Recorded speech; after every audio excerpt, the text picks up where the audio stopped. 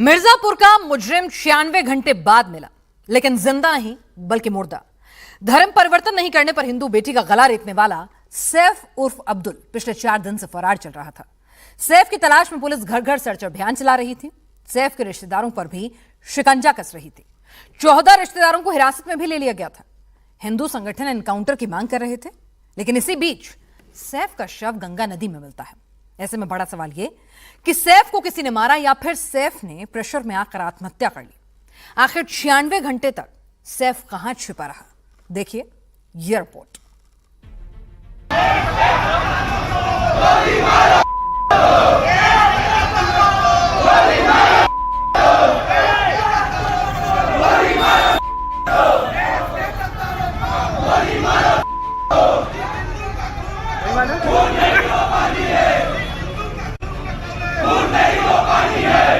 मारा है, पूरा जान से मारने का उसका प्रोग्राम था। धर्म परिवर्तन करा के जो लड़की नहीं मानी तो वो मार दिया, और उसने तो ये समझ के मारा था कि मतलब जान चली गई।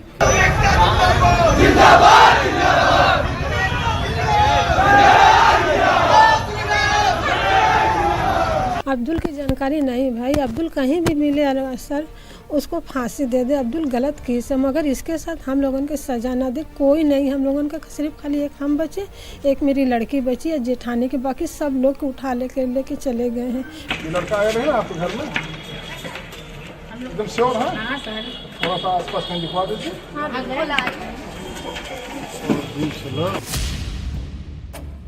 जिस सैफ उर्फ अब्दुल की यूपी पुलिस घर घर में तलाशी कर रही थी, पुलिस की 4 टीमें लगातार मिर्जापुर और उसके आसपास छापेमारी कर रही थी।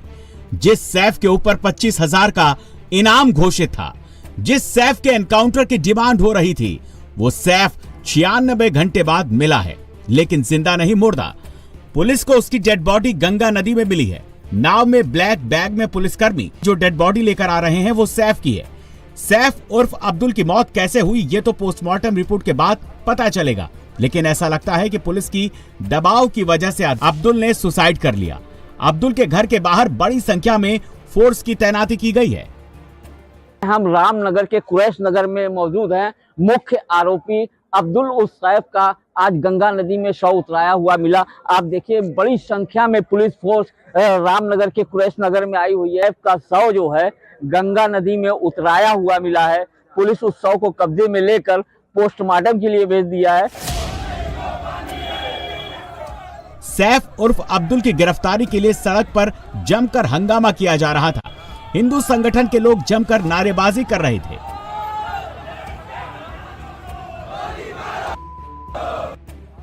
पुलिस घर घर जाकर तलाशी अभियान चला रही थी, एक एक से पूछताछ कर रही थी।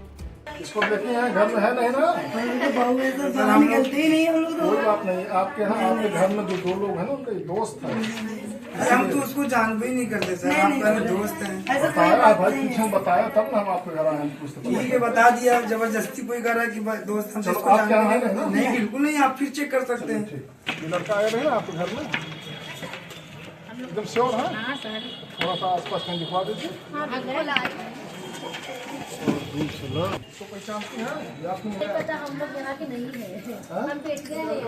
अरे तो कोई बात नहीं, अभी तो आते होंगे तो पहचानती होगी ना। अच्छा देखते नहीं है। सलीम कहाँ गए? कोई इस तरह का आदमी कहाँ गया? उसको समझाने लगा का कुछ नहीं देखा है, हमने देखा है। आया नहीं है यहाँ? नहीं बेटे, हम इधर नहीं आता। यूपी पुलिस का प्रेशर इतना ज्यादा बढ़ा कि अब्दुल ने सुसाइड जैसा कदम उठा लिया। अगर सैफ 24 घंटे में नहीं मिलता तो उसके घर पर बुलडोजर एक्शन होना तय था। राजस्व विभाग की टीम सैफ के घर की पैमाइश भी कर रही थी, क्योंकि सैफ ने काम ही ऐसा किया था। सैफ के कारनामे के बारे में जिस किसी ने भी सुना उसका खून खौल उठा।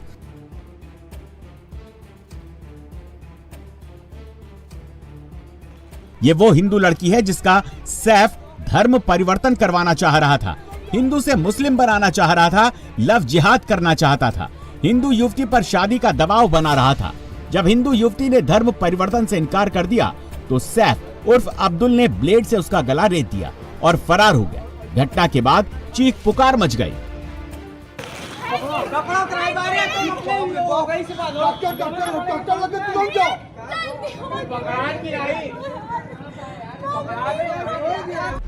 हिंदू युवती को आनन फानन में अस्पताल ले जाया गया।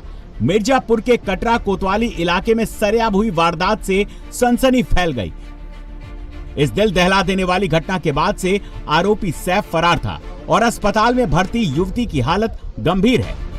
यूपी के मिर्जापुर में शुक्रवार देर शाम उस वक्त हड़कंप मच जाता है जब पुलिस को पीसीआर के जरिए ये जानकारी मिलती है कि एक युवक ने, एक मुस्लिम युवक ने घर में घुस करके एक हिंदू लड़की पर ब्लेड से वार किया है और उसको मारने की कोशिश की है। जी हाँ, हम इस समय मिर्जापुर के गणेशगंज इलाके में मौजूद हैं, जहां पर पीड़िता के घर के ठीक सामने हमारी मौजूदगी है और पीड़िता बताया जाता है कि उस दौरान शुक्रवार की देर शाम घर में अकेली थी और उसी दौरान जो आरोपी है अब्दुल उर्फ सैफ, वो लगातार उसके संपर्क में रहने की कोशिश कर रहा था। ये भी बताया जा रहा है कि वो जबरन धर्म परिवर्तन की बात कर रहा था और जब पीड़िता ने इससे मना किया तो आरोपी ने उसके ऊपर ब्लेड से वार किया और उसको जान से मारने की कोशिश भी की, जिसके बाद इस पूरे मामले में मिर्जापुर पुलिस ने सुसंगत धाराओं में मुकदमा दर्ज किया है और कुल 9 आरोपियों को अब तक गिरफ्तार किया है। हिंदू युवती के घर में जगह जगह हमले के सबूत हैं। घर के कोने कोने में खून बिखरा पड़ा है। दरअसल सैफ ने हिंदू युवती पर उस वक्त हमला किया जब वो घर में अकेली थी, घर के दूसरे सदस्य नहीं थे। तभी सैफ उर्फ अब्दुल ने मौका देखकर घर में एंट्री मारी और युवती की गर्दन पर ब्लेड से वार करके फरार हो गया था।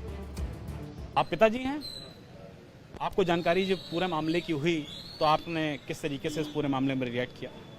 हमको असल में हम वहाँ 10 मिनट थे नहीं, हम भी चौराहा में चले गए थे। वो खोल के कुंडी चला गया था अंदर से बंद करके हादसा कर दिया।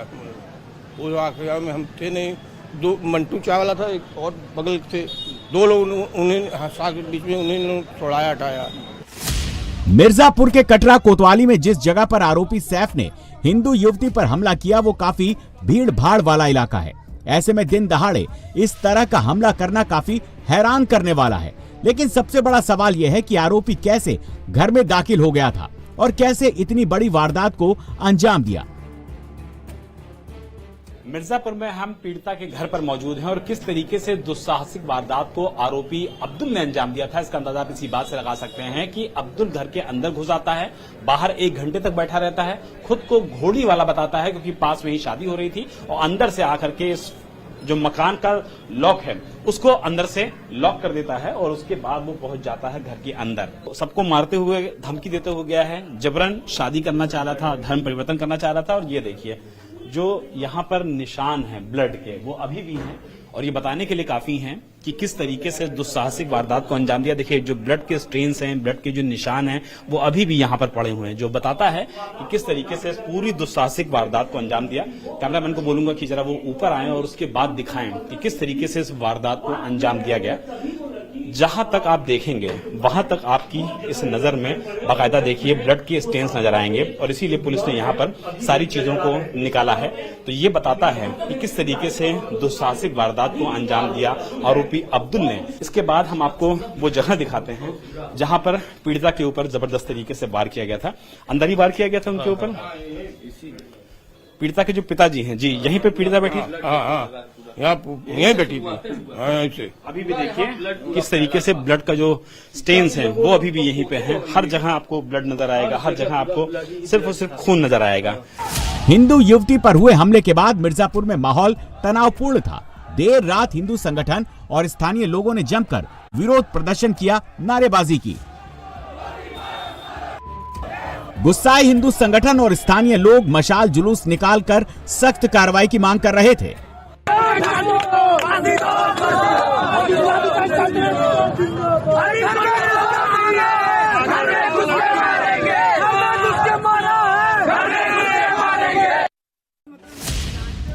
मिर्जापुर में तनाव को देखते हुए यूपी पुलिस एक्टिव हो गई है। पुलिस ने सैफ की गिरफ्तारी के लिए 4 टीमें बनाई थीं। सैफ की तलाश में रेड शुरू कर दी गई थी। सैफ पर 25,000 रुपए का इनाम भी घोषित किया जा चुका था, लेकिन सैफ का कोई सुराग नहीं मिल रहा था। इसके बाद पुलिस ने 7 लोगों को गिरफ्तार किया। इस पूरे मामले में पुलिस ने जिन आरोपियों को गिरफ्तार किया था वो सभी आरोपी सैफ के रिश्तेदार थे। रुस्तम खां आरोपी सैफ का जीजा था। गुलाम साबिर ये भी आरोपी का दूसरा जीजा था।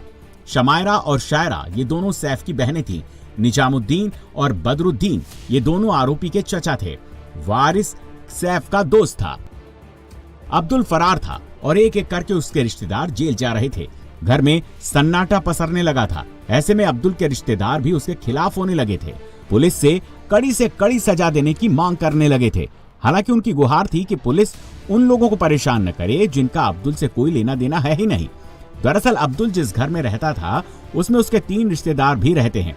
ऐसे में इन्हें डर था कि अगर बुलडोजर एक्शन हुआ तो उनका मकान भी एक्शन के दायरे में आ जाएगा।